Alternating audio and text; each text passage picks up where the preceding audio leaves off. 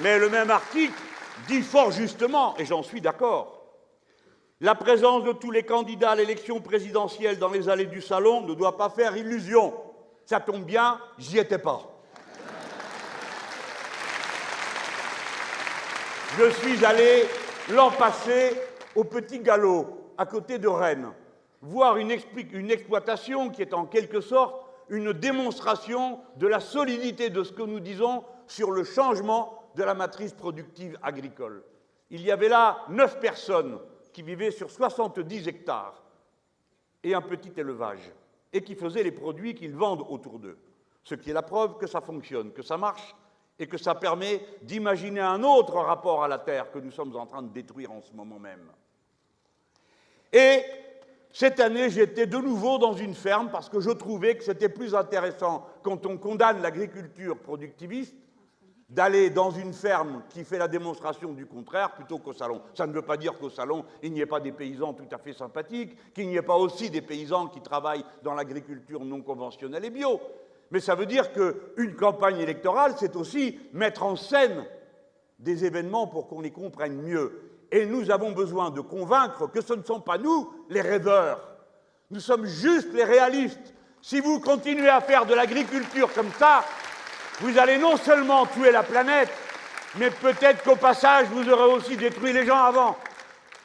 Car quand même, que la Commission européenne soit incapable de s'entendre sur une définition un tant soit peu intelligente des perturbateurs endocriniens n'est pas seulement le symptôme de son extrême implication avec les lobbies, mais surtout du fait qu'ils s'en sont à la fin fichus de savoir comment vivent les gens et quelles maladies déjà ils ont et quelles épidémies ont déjà lieu et pourquoi il y a tant de gens qui sont perturbés et tant d'enfants qui nous viennent d'une autre manière que celle avec laquelle ils nous venaient jusque-là et dans un autre état.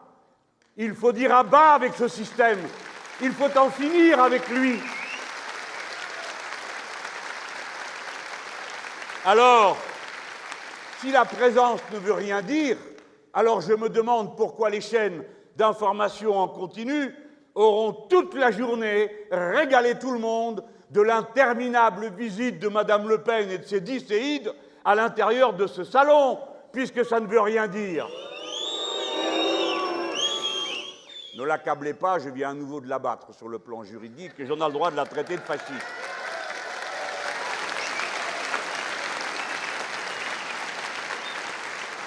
Alors je m'en vais expliquer à ceux qui ne le sauraient pas le plus rapidement possible ce que je crois que tout le monde sait dans cette salle.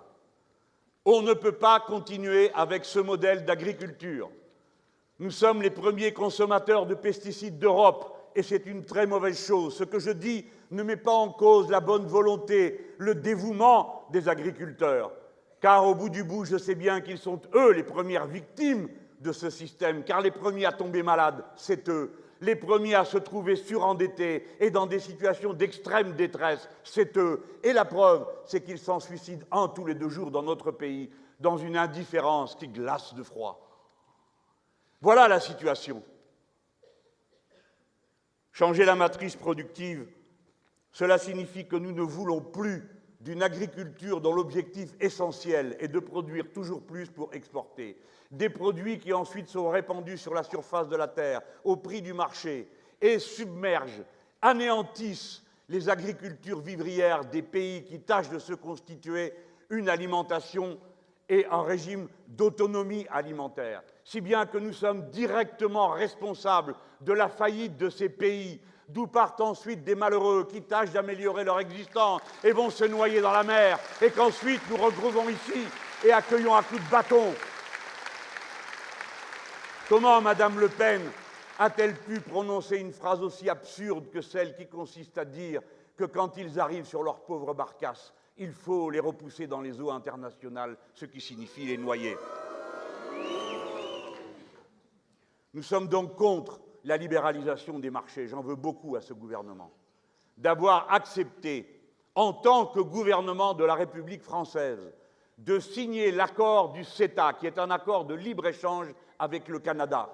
Et par sa signature en Conseil des ministres, le gouvernement actuel a rendu possible le fait que cet accord s'appliquera quand bien même aucun des 28 pays ne l'aura décidé. Et avant qu'il l'ait décidé, et pendant tout le temps que ça prendra à le décider, CETA s'appliquera.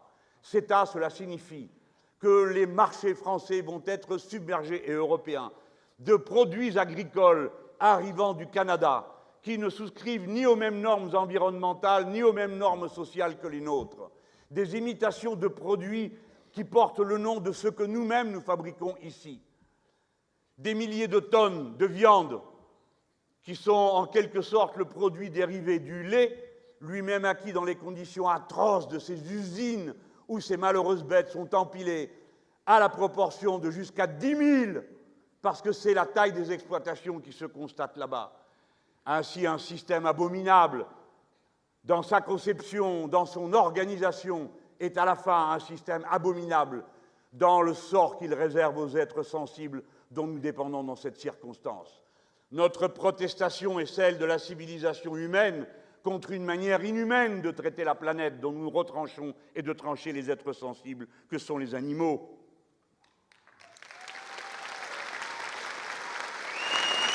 Mesdames et messieurs, le prochain président de la République française devra dire si la France signe, oui ou non, l'accord CETA. Et s'il le veut, il peut provoquer un référendum pour que le peuple français donne son avis. Mais je considère que le bulletin de vote qui portera mon nom signifie « à bas le CETA, je ne signerai pas ».